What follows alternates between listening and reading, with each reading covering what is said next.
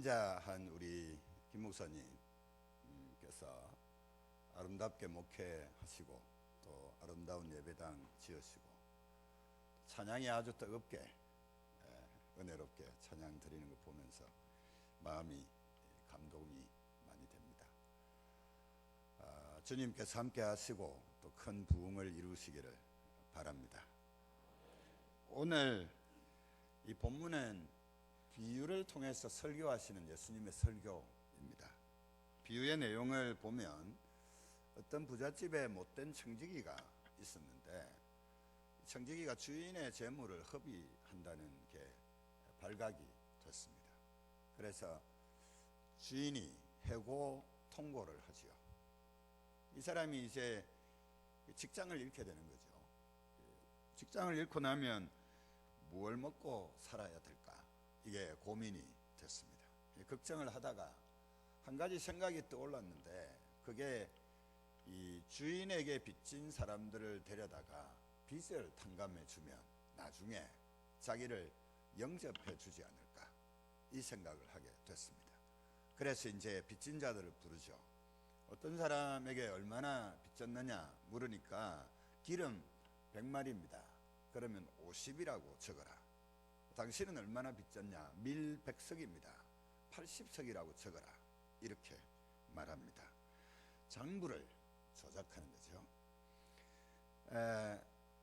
이미 잘못해서 지금 쫓겨나게 됐는데 거기다가 자기 것도 아니고 주인 것을 가지고 선심을 쓰고 자기의 나중을 준비하는 이 불의한 청지기를 그냥 둘 수가 없죠.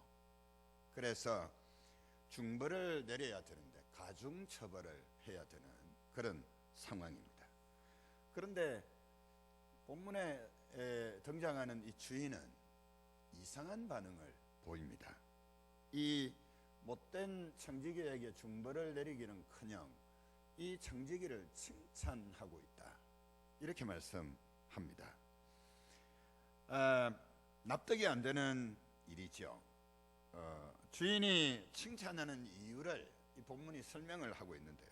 그게 이 청지기가 지혜로웠기 때문이다, 이렇게 말씀을 합니다. 이 옳지 않은 청지기가 이를 지혜 있게 하였으므로 칭찬하였으니, 이렇게 말씀하지요. 그는 비도덕적이고 불의합니다. 옳지 않은 청지기죠. 마땅히 벌을 받아야 되는데 그에게 칭찬할 것이 있다, 이렇게 말씀을 하고 그게 바로 지혜를 가진 것이다, 이렇게 말씀합니다. 그러니까 비유의 포인트가 중요한 거죠. 주인은 지금 이 청지기의 부도덕성을 용인하거나 칭찬하는 것이 아닙니다. 그건 당연히 벌을 받아야 되지만은 이 청지기를 칭찬하는 까닭은 그의 지혜 때문이다, 이렇게 말씀을 합니다. 우리가 주님의 모든 교훈을 도덕적인 잣대로 받아들일 필요는 없습니다. 도덕적인 교훈들을 하기도 하시지만은 그것을 훨씬 더 능가하는 그런 깊은 진리를 우리에게 교훈하고 가르치시기 때문입니다. 그런 주님께서 오늘 이 비유를 통해서 우리에게 들려주시고자 하는 교훈은 내일을 준비하는 지혜를 가져라, 이걸 말씀하려 하시는 것입니다. 이 비유를 통해서 우리도 내일을 준비할 줄 아는 지혜를 가져야 된다, 이렇게 가르치고 계십니다. 그렇지만은 그럼에도 우리에게 여전히 궁금한 게 있습니다. 그건 법적으로 도덕적으로 모범이 될 만한 청지기를 모델로 해서 내일을 준비해라, 이렇게 가르치시면 될 텐데 왜 이렇게 부도덕한, 도덕적으로 받아들일 수 없는 이 청지기를 예를 들어서 내일을 준비하는 지혜를 가져라, 이렇게 교훈하시는 것일까? 이게 우리의 궁금한 점입니다. 얼마든지 도덕적으로 모범이 되고 그러면서도 내일을 준비하는 청지기를 예로 들 수 있는데 주인의 것을 함부로 남용하는 이 못된 청지기를 예로 드는 것일까? 이게 궁금한데요. 그것은, 그 이유는 그게 그 불의한 청지기가 우리와 꼭 같기 때문에 그렇다는 것입니다. 주님께서는 이 불의한 청지기를 예를 들므로 해서 아주 심오한 그런 뜻을 우리에게 전하고자 하시는 것입니다. 우리가 어째서 불의한 청지기일까요? 베드로 사도는 우리를 청지기라고 그렇게 규정을 했습니다. 각각 은사를 받은 대로 선한 청지기 같이 봉사해라, 이렇게 말하죠. 청지기하고 종의 차이를 여러분 잘 아시죠? 청지기는 기획권이나 경영권이 있습니다. 그런데 종은 그게 없습니다. 종은 그냥 시키는 대로 하는 게 종이고, 청지기는 자기의 어떤 일정한 주도권을 가지고 무엇을 기획하고 경영할 수 있는 능력, 권한이 있는 사람입니다. 그런데 청지기에게 없는 게 있습니다. 그게 뭐냐 하면 소유권입니다. 소유권은 주인에게 있습니다. 주인에게 있고, 경영권은 청지기에게 있습니다. 종은 이것도 저것도 없습니다. 시키는 대로 해야 되는 것이 종이죠. 베드로 사도가 우리 보고, 성도들 보고 너희가 청지기다, 선한 청지기 같이 일해라, 이렇게 말씀하시는 것은 우리에게 진정한 소유권이 없다는 뜻입니다. 우리는 기획하고 경영할 수는 있지만은 소유하고 있는 것은 아니라는 것을 전제로 하고 있습니다. 성도들에게, 성도들뿐 아니라 이 세상 사람들에게 소유권은 없습니다. 그래서 주인은 아닙니다.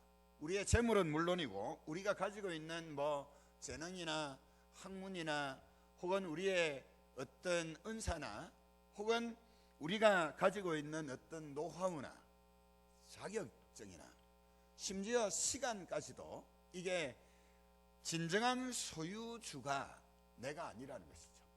생명까지도 진정한 소유자가 내가 아니라는 말씀입니다.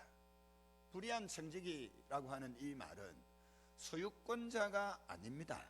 소유권자가 아니면서 자기가 소유권자인 것처럼 주인이 따로 있는데 그 주인의 뜻과 그 주인의 어떤 간섭 없이 자기 마음대로 할 수 있는 그런 형편에 놓여 있기 때문에 그를 불의한 청지기라고 부르는 것입니다. 비유에 나오는 이 청지기는 분명히 소유권이 자기에게 있는 게 아니죠. 그런데 자기 것인 것처럼 빚을 탕감해주고 자기의 나중을 준비하고 있습니다. 그래서 불의한 청지기였듯이 우리도 그렇다는 것입니다. 한번 보십시오. 지금 여러분이 가지고 계신 것 중에서 진짜 여러분 것이 무엇이 있습니까? 생명이 여러분 것이라고 생각하시는 분은 안 계시겠지요. 한 2, 3년 전에 제가 본 뉴스인데요. 대구의 어떤 청년이 자기 누나가 살고 있는 아파트에 놀러 갔습니다. 누나 심부름으로 쓰레기를 들고 분리수거장으로 가는데 옥상에서 어떤 여자가 자살하기 위해서 뛰어내렸습니다. 근데 거기 맞아서 이 청년이 죽었습니다. 진짜 어처구니 없는 일이죠. 이런 일이 벌어집니다. 그런 일이 벌어지는데 생명이 내 거다, 이렇게 말할 수 있는 사람이 누가 있습니까? 그렇게 말하면 바보 멍충이죠. 언제 죽을지 모르는데 생명의 원주인이 달라고 하면 주지 않을 수가 없는데 이걸 내 거다, 이렇게 말하면 바보이죠. 어리석은 일이 아닐 수가 없습니다. 자격증이나 혹은 학위나 이런 빛나는 것들을 가지는데 그거 내가 열심히 공부해가지고 딴 건데, 이렇게 생각하시죠. 진짜 열심히 공부해서 땄습니까? 열심히 공부만 하면 그거 따십니까? 아닙니다. 제가 거창고등학교를 나왔습니다. 제가 75년도에 고등학교를 졸업했는데요. 그때 이미 거창고등학교는 원래 똥통학교가 그런 짓을 잘합니다. 그때 이미 밤 11시까지 야자를 했어요. 대한민국에 야자라는 개념이 없을 때였습니다. 11시까지 야자를 했습니다. 그게 이제 공부를 열심히 하는데 마침 그 기독학생회 친구들 한 67명이 같은 방에 기숙을 하고 있었습니다. 그 창에는 객지에서 온 친구들이 많거든요. 기숙을 하고 있었는데 이 거창고등학교는 그때부터 이 모의고사를 매월 칩니다. 치면 결과를 한 학년이 한 120명 정도 되는데 1등부터 120등을 복도 제일 중앙에다 딱 게시를 해놓습니다. 뭐 각 과목별 성적, 전체 석차 이걸 다 게시를 해놓죠. 근데 뭐 다른 등수는 왔다 갔다 하는데 1등은 항상 1등인 친구가 있었습니다. 이 친구가 저희 그 기숙사에 같이 있는 기독학생회 멤버였습니다. 그래서 이제 이 친구를 가만히 보죠. 왜 제가 저렇게 공부를 잘할까? 열심히 안 합니다. 그 야자 할 때 그때 뭐 하는 둥 마는 둥 하고 있습니다. 그러니까 기분이 나쁘잖아요. 우리는 열심히 공부하는데 뭐 열심히 하는 건 아니지만은 어쨌든 하는 척 하는데 이 친구는 별로 열심히도 안 해요. 근데 늘 1등을 해요. 기분이 안 나쁩니까? 여러분들은 마음이 좋아서 기분이 안 나쁘신 것 같은데 우리는 진짜 기분이 나빴거든요. 그래서 물어봤습니다. 야, 닌 공부 열심히 안 하는데 왜 공부 잘하냐? 이렇게 물어보니까 이 친구 말이 지는 수업 시간에 한 95% 정도를 이해한다는 거예요. 이 더 뿔따구가 나는 거죠. 아니 우리는 생각할 때 수업 시간에 다 이해하고 싶죠. 안 그렇습니까? 들어도 이해가 안 되는데요. 근데 일만은 왜 들으면 이해가 됩니까? 기초가 잘 닦여서 그렇다고요? 얘가 무슨 가배를 해서 그렇다고요? 아닙니다. 얘가 어디 출신이냐 하면 함양군 지곡면 그 진짜 촌중의 촌에서 중학교 나왔어요. 가배는 가짜도 한 적이 없는 친구예요. 근데 잘하는 거예요. 열심히도 안 하지요. 수업 시간에 들으면 다 이해하지요. 그래서 1등 하지요. 이야기 들으면 들을수록 기분 나쁜 거죠. 그렇습니다. 그럼 이 친구는 왜 공부 잘하죠? 그 친구 나중에 서울대학 갔는데요. 왜 공부 잘해요? 부모를 잘 만나서 그래요? 투자를 많이 해서 그래요? 열심히 이 가외시키는 부모님들 혹시 계시면 그거 어쩌면 헛짓하는 것일 수 있습니다. 쎄 빠지기 그래도 공부 못할 수도 있습니다. 그런다고 잘 되는 게 아닙니다. 타고나야 됩니다. 일만은 타고났습니다. 공부하기로. 집중력도 그렇고 이해력도 그렇고 암기하는 기억력도 그렇고 타고났습니다. 그냥 뭐 고만고만한 애들은 좀 열심히 뭐 가요도 시키고 막 이러면 조금 나아질 수 있을지 모르지만 진짜 공부 잘하는 건 타고나야 됩니다. 안 타고나면 안 됩니다. 그러니까 타고나는 거는 어디 돈 주고 샀습니까? 무슨 게임 해가지고 이겨가지고 그거 쟁취했습니까? 아닙니다. 누군가가 준 겁니다. 그러면 공부 잘하고 잘해서 무슨 자격증 따는 거는 그건 자기한테서부터 왔고 그래서 지 겁니까? 아니죠. 그래 생각하면 어리석은 일이죠. 바보 같은 생각입니다. 그림 잘 그리는 거 미술학원 가서 좀 연습하면 조금은 잘 그릴 수 있습니다. 그림 잘 그리는 것도 타고납니다. 제 아들이 공부를 진짜 잘하거든요. 얘가 타고났어요. 근데 얘는 그림은 죽어도 못 그려요. 얘가 미술 시간에 중학교, 초등학교 고학년 이럴 때 미술 시간에 수채화 한다고 가지고 와서 도화지에 그림 그리고 오면요. 이게 하루 종일 지나도 물이 안 말라요. 어떻게 칠했는지. 이거 안 타고난 거예요. 그림 못 그려요. 이게 타고나야 되는 거예요. 타고나야 되는 부분들이 분명히 있어요. 타고난다는 것은 무엇입니까? 누군가가 준다는 뜻입니다. 누군가가 줘야 그것을 가질 수 있다는 것입니다. 우리 교회 보건병원에서 오랫동안 근무하신 장로님이 계십니다. 그분이 늘 하시는 말씀이 있습니다. 건강은, 보건병원 의사들이 말하는데 건강은 80% 타고납니다. 열심히 애쓰고 노력해서 건강을 유지할 수 있는 건 한 20% 정도입니다. 이렇게 말씀합니다. 그렇지 않습니까? 타고나야 되는 거죠. 그래야 되는 것입니다. 돈벌이 마찬가지입니다. 돈 잘 버는 분들은 어째서 돈 잘 법니까? 이렇게 물어보면 잘 모르겠습니다. 그냥 벌립니다. 이렇게 말하죠. 뭐 장사하겠다고 목 좋은데 10번 20번 찾아가 보고 시장 조사하고 이것저것 다 합니다. 그래가지고 뭐 조그마한 가게 하나 엽니다. 3년 내에 7%밖에 안 남습니다. 나머지 93%는 다 문 닫습니다. 문 닫으려고 시작합니까? 아닙니다. 돈 벌려고 대박 날려고 시작하는데 안 되는 것입니다. 돈 버는 게 그게 자기 마음대로 되는 것이라고 생각하면 그건 바보 같은 생각입니다. 돈이 벌려야 되는 거죠. 그렇게 놓고 보면 생명이든 건강이든 공부든 아니면 돈벌이든 뭐든 내가 처음부터 끝까지 내 능력으로 이루어냈다 이렇게 자신 있게 말할 수 있는 게 뭡니까?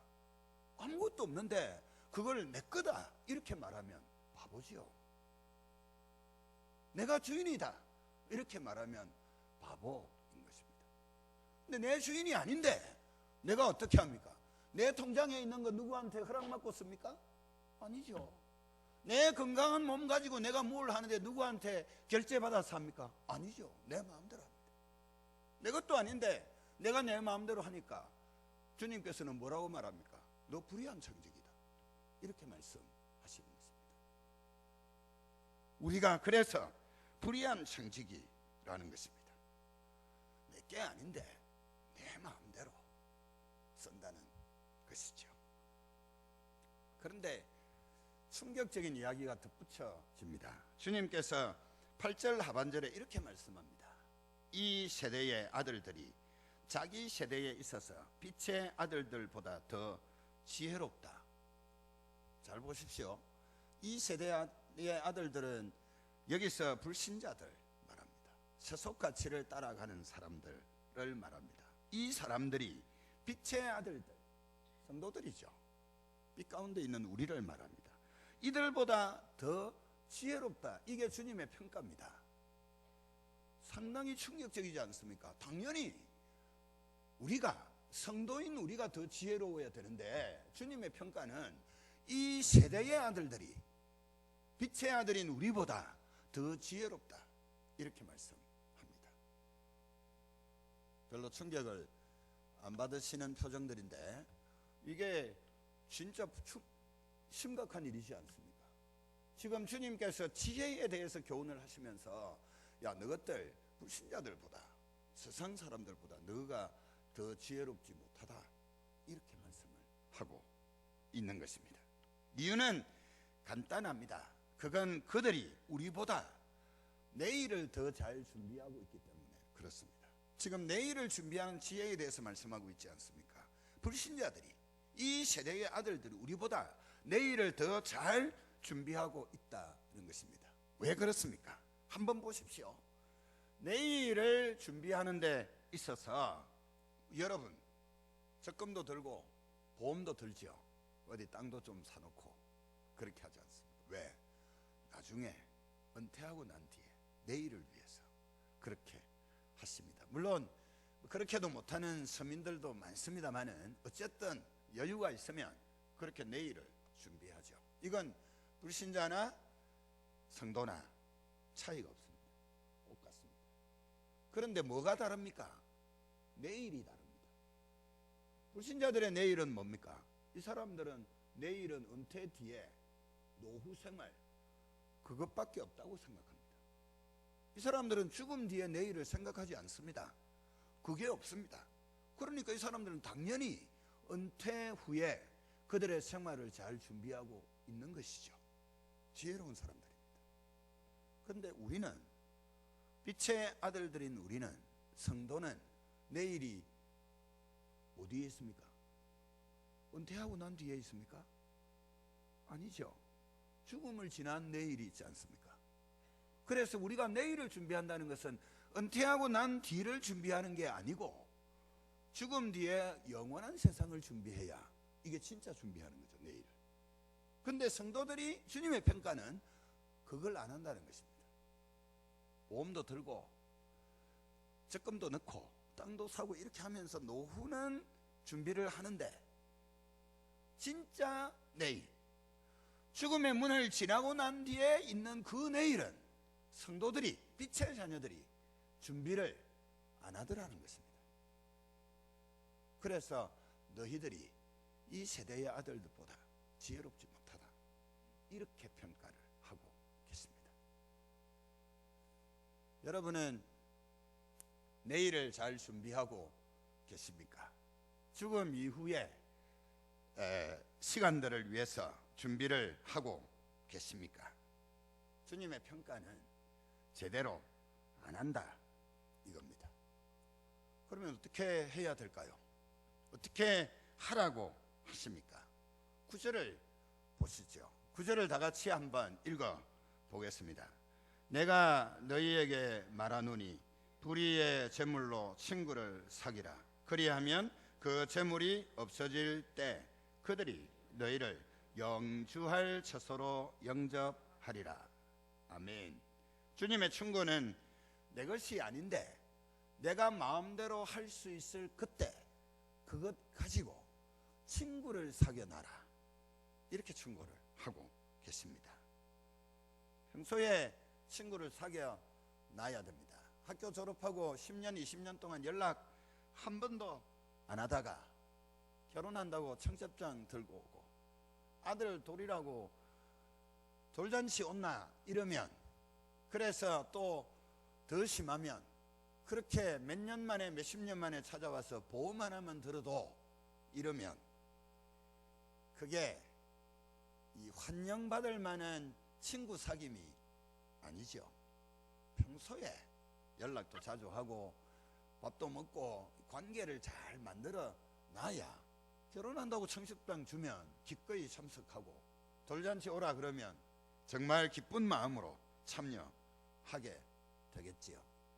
주님의 제안은 그러니까 지금 생명이 네 거 아니지만은 네 마음대로 쓸 수 있을 때, 재물이 네 거 아니지만은 네 마음대로 쓸 수 있을 때, 재능이 네 거 아니지만은 네 마음대로 쓸 수 있을 때 그것 가지고 친구 마음을 얻어놔라. 친구를 사귀어 놔라. 이게 주님의 충고입니다. 친구가 누굽니까? 요한복음 15장에 주님께서는 사람이 친구를 위하여 목숨을 버리면 이에서 더 큰 사랑이 없나니 너희가 나의 명하는 대로 행하면 곧 나의 친구라. 예수님이 말씀하셨습니다. 예수님이 친구를 사귀어놔라 라고 하시는 것은 예수님의 마음을 얻어놔라 는 것입니다. 지금 네 것 아닌데 네 마음대로 쓸 수 있는 지금 그것 가지고 예수님의 마음을 얻어놔라. 이게 주님의 충고입니다. 우리 친구 예수님은 우리를 위해서, 나를 위해서 목숨을 버리신 분이십니다. 그 분은 나를 살리기 위해서 모든 것을 아낌없이 주신 분이시죠. 나의 구주, 내 하나님이십니다. 그 분을 진정한 친구로 삼고 그분을 친구로 여긴다면 그분의 마음을 얻어놔라. 이게 주님의 충고입니다. 그렇게 하면 어떻게 된다고요? 재물이 없어질 때 그들이 너희를 영주할 처소로 영접하리라 그랬습니다. 모든 것이 없어질 때, 유효기간이 끝났을 때 그 친구가 나를 영접해 주신다는 것입니다. 영접이라고 하는 것은 어떤 의미입니까? 하나님께서 우리를 사랑하시는 사랑을 나타내는 가장 대표적인 비유가 누가복음 15장 요 앞에 있는 탕자 비유입니다. 아버지를 떠나서 돼지 치는 데까지 갔습니다. 이 아들이 고민하는 게 뭡니까? 아버지가 나를 받아줄까? 이거였습니다. 그래서 내가 아들의 자격이 아니고 품꾼의 하나의 자격으로 돌아갑니다. 아버지는 어떻게 합니까? 이 아들을 받아줍니다. 영접하죠. 환영합니다. 보기 싫은 사람이 있으면, 사랑하지 않는 사람이 있으면 그 사람은 보기가 싫습니다. 눈앞에 나타나는 게 거슬리죠. 그래서 꼴 보기 싫다 이렇게 말합니다. 그 사람은 말하는 소리도 듣기 싫습니다. 귀가 그를 받아주지 않는 거죠. 만약에 그 사람이 내 피부에 접촉이 되면 어떻습니까? 소름이 끼치죠. 내가 좋아하지 않는 사람이 피부에 닿으면 몸을 움츠리게 됩니다. 사랑하지 않으면 눈도 안 받아주고 귀도 안 받아들여주고 피부도 안 받아들여줍니다. 사랑하면 어떻습니까? 보고 있어도 보고 싶다고 이 말도 안 되는 소리를 하죠. 보고 있는데 어떻게 보고 싶습니까? 그냥 얼른 들어보면 돼지 멱다는 소리 비슷한데 뭐 깨꼬리 소리 같다느니 뭐 종달새 소리 같다느니 그런 소리를 합니다. 이게 동네 사람들이, 옆에 사람들이 보든지 말든지 서로 이 무더운 여름에 손잡고 서로 뭐 붙일 수 있는 거 다 붙여서 그렇게 스킨십을 하면서 갑니다. 왜 그럽니까? 사랑하니까요.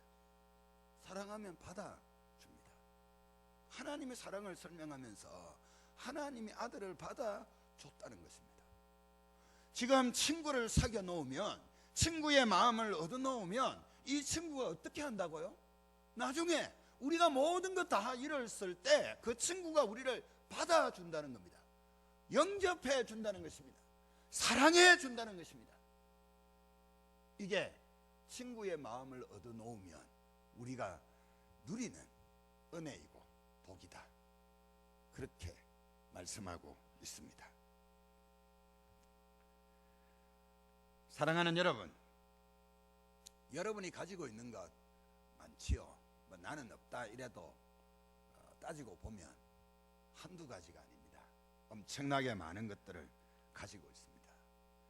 그것 가지고 지금 여러분이 마음대로 하실 수 있습니다. 의사 자격증을 가지고 있습니다. 그 자격증 가지고 낙태 수술하고 사람 죽이는 거 해도 물론 들키면 곤란한 일이 생기지만은 뭐 그렇게 하는 경우들 많습니다. 그 자격증 가지고 어떤 소아과 의사는 점심시간 12시부터 2시까지는 이 진료 안 하고 거기에 오는 아이들 데리고 간호사 예수 잘 믿는 분 채용해가지고 아이들하고 율동하고 찬양하고 말씀 전하고 그런 소아과 의사도 있습니다. 똑같은 의사 자격증인데 하는 일이 다릅니다. 어느 의사의 마음을 주님께서 받아주시겠습니까?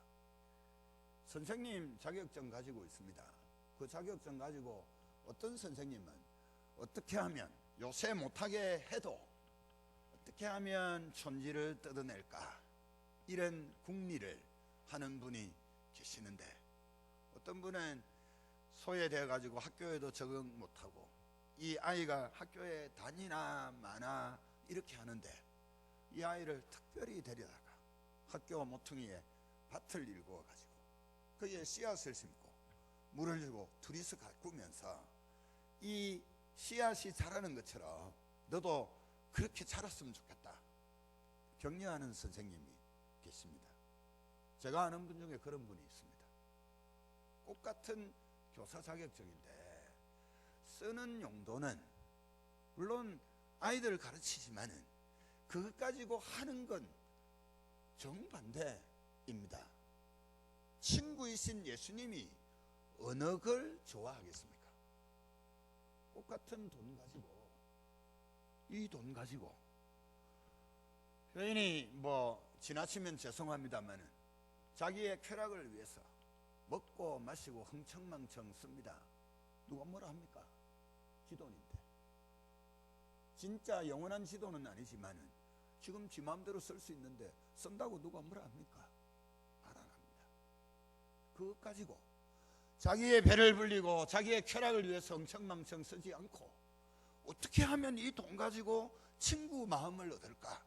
이걸 어디에다 쓰면 친구 예수님이 좋아하실까? 이거 고민하면서 씁니다. 같은 돈이지만은 절대로 같은 게 아니지요. 어떻게 할 때 주님이 그 마음을 받아 주시겠습니까? 지금 주님께서는 너희들이 청직이다. 네가 소유권자가 아니다. 언젠가는 그거 다 내놔야 된다. 다 내놓을 때 너 어쩔래? 어디로 갈래?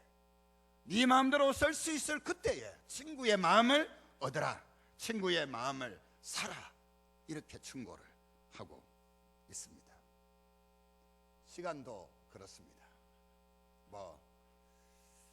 2시까지 자는 친구들도 있더라고요. 아무도 안 놀라시는데 저녁에 잠들어가지고 아침도 안 먹고 낮 2시까지 자더라니까요. 물론 청소년 때 청년 때 잠이 많긴 합니다만은 그렇지 않다고 누가 뭐라 합니까? 물론 엄마들은 애달바 하겠지요. 근데 자기 시간 가지고 자기가 24시간을 자든 48시간을 자든 누가 뭐라 합니까? 지 시간, 젊은 시간 자기가 자기를 위해 쓰는데요. 그것 가지고 정말 봉사하고 섬기고 어려운 사람 도와주는데 그 시간 쓰는 그런 젊은이들도 있습니다. 그러면 친구 예수님은 어떤 마음을 받아 주시겠습니까? 어떤 마음에 감동하시겠습니까? 주님의 말씀은 그런 것들, 그게 시간이든 그게 재능이든 돈이든 노하우든 생명이든 그걸 가지고 친구를 얻는데 쓰라. 그러면 그 친구가 나중에 모든 것을 잃었을 때 너희를 영접해 줄 것이다. 이렇게 말씀하고 있습니다. 친애하는 여러분, 특별히 오늘 헌신예배를 드리는 남전도의 회원 여러분, 제가 감히 말씀을 드립니다. 인생이 뭡니까? 인생은 유효기간이 분명한 소모품입니다. 유효기간이 영구적으로 보장되는 게 아닙니다. 요즘은 유효기간이 좀 늘어져서 100살쯤, 100년쯤 되는지 모르지만 유효기간이 분명합니다. 그 유효기간이 살아있는 동안에 그 시간과 그 생명과 그 모든 것 가지고 무엇이든 할 수 있습니다. 무엇이든 하는 게 무엇을 하든 자유입니다. 간섭하지 않습니다. 그 동안에는. 그러나 그것 하는 일을 통해서 친구의 마음을 잃어버릴 수도 있고 친구의 마음을 얻을 수도 있습니다. 여러분은 무엇을 선택하기를 원하십니까?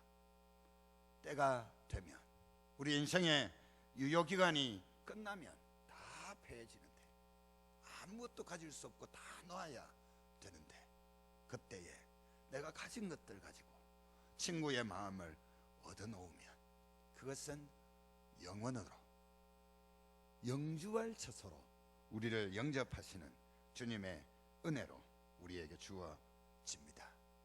그 영주할 처소로 들어가면 12절 13절에 보시면 이제 작은 것 내가 그렇게 했는데 큰 거 주신다. 지금까지는 남의 것 가지고 했는데 이제 진짜 내 거 주신다. 이렇게 말씀합니다. 천국에서 차지하게 되는 큰 것, 진짜 내 것, 그게 뭘까? 저는 그걸 곧잘 상상해 보는데요. 그게 뭘지 잘 상상이 안 됩니다. 분명한 것은 에베소 교회에 요한계시록 2장에 에베소 교회를 향해서 주님께서 내가 네 수고를 안다, 행위를 안다 이렇게 말씀하십니다. 주님이 알아주신다는 거죠. 명랑이라는 그 영화에 제가 그 배우나 뭐 상황을 기억을 잘 못하겠는데 계속해서 제 마음속에 남는 감동적인 장면이 하나 있습니다. 이순신 장군을 따라가다가 아버지가 죽었어요. 아들이 그 장군 앞에 와서 무릎을 꿇습니다. 장군이 뭐라고 말합니까? 내가 네 아버지와 너희 집안이 한 걸 안다, 이렇게 말합니다. 그 한마디 듣고 이 젊은이가 자기도 장군님을 따라가겠다고 자기 인생을 드립니다. 주님이 우리가 뭘 했는지, 주님이 우리가 어떻게 살았는지, 우리가 어떻게 수고했는지 안다는 것입니다. 알아주신다는 겁니다. 이게 얼마나 큰 위로가 될지, 이것 때문에 얼마나 마음이 뜨거워질지 생각해 보면, 그래, 주님 앞에 서면 진짜 좋겠구나. 주님이 다 알아주시니까.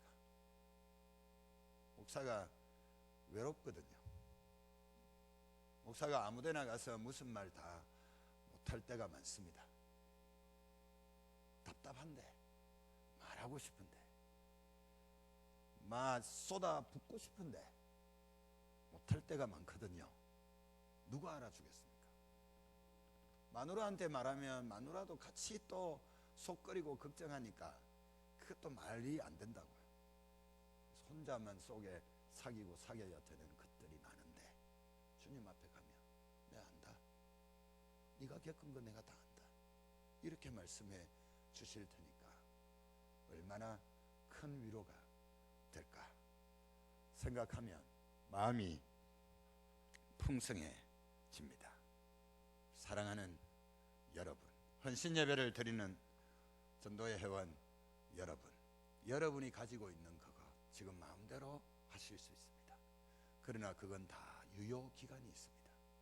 그걸 어디에 쓰든지 여러분 자유지만은 주님이 우리에게 충고하는 것은 그것 가지고 친구의 마음을 얻어나라는 것입니다.